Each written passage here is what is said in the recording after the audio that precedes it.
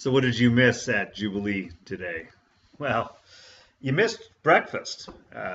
If you showed up anytime after 10, we had pancakes and sausages and muffins and fruit and coffee and tea and apple juice and orange juice and breakfast cereal and syrup.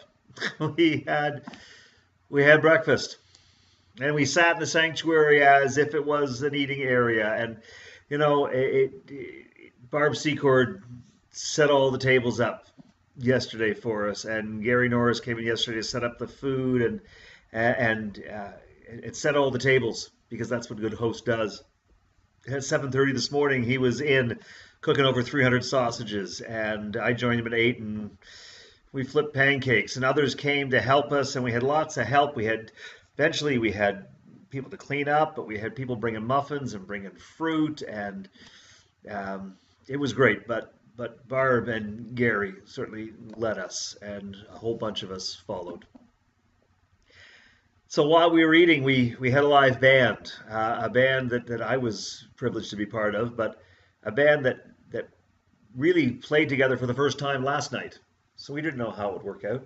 We had no idea. We had a drummer who joined us this morning, and he was spectacular. And his brother played rhythm as well. And uh, we we had our band had a great duo who started our service with "Jesus Take the Wheel," and then as a group we sang something just like this. We sang "I'll Fly Away." We had an impromptu, unannounced "Precious Lord, Take My Hand" with a choir that just appeared and were willing to sing. Just suddenly, 8 people willing to sing as I plucked away at the piano. We had an a cappella performance by a woman's chorus from our congregation sing "How Can I Keep from Singing." We we sang that's how I got to Memphis, Sister Golden Hair. We sang "This Little Light of Mine." We sang Bee Gees, "To Love Somebody."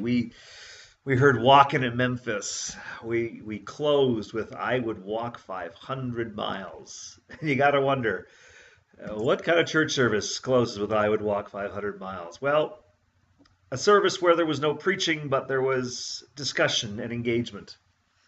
A service that had something to do with walking. We shared Luke's gospel, chapter 10, I think it is. And Jesus tells us the story of the Good Samaritan. And so we engage with that story of the Good Samaritan. But rather than wait for the preacher to engage us, wait for ideas that we had to talk about later, we spoke in groups. As the service progressed, we shared with each other the best advice we've ever received. We shared with each other the times that we have risked. We shared with each other the times that we have been helped. We shared with each other our best excuses, because we have good excuses sometimes, and they're legit, they're good excuses. And sometimes they're just excuses. And we shared the times that we have been good neighbors. We made the story real. We recognized the Word of God as it flowed out of our mouths, as it was revealed in our stories, in our fears and in our risks and in our joys and even sometimes in our humiliation. In the times when we have needed a neighbor, in the times we have been a neighbor. And we didn't just make Jesus' teaching seem real. We made Jesus' presence real.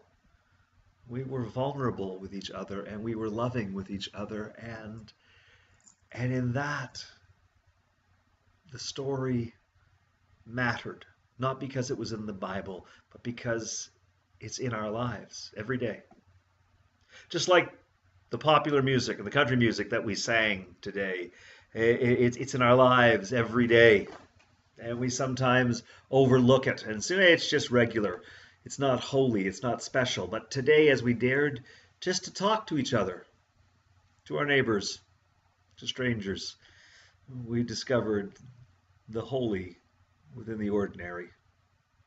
We discovered that God's love flows through us, and it's amazing. It's remarkable what happens when we risk and when we work together. So many people worked together to make this service happen.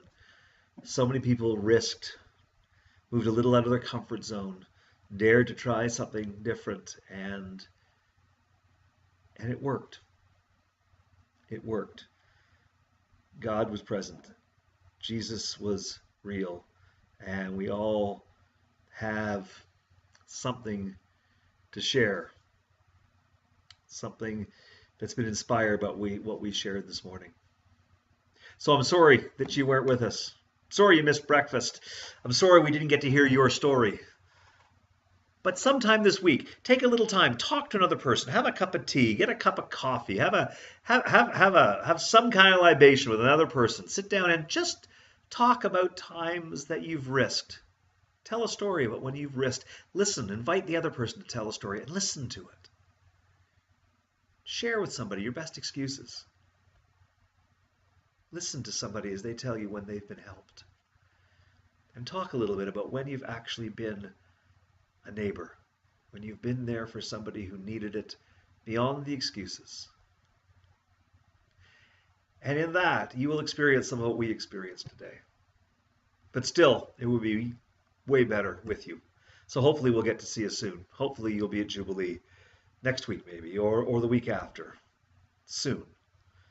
But until then, God bless, and know that we think about you, we pray for you, and we really look forward to seeing you soon. God bless.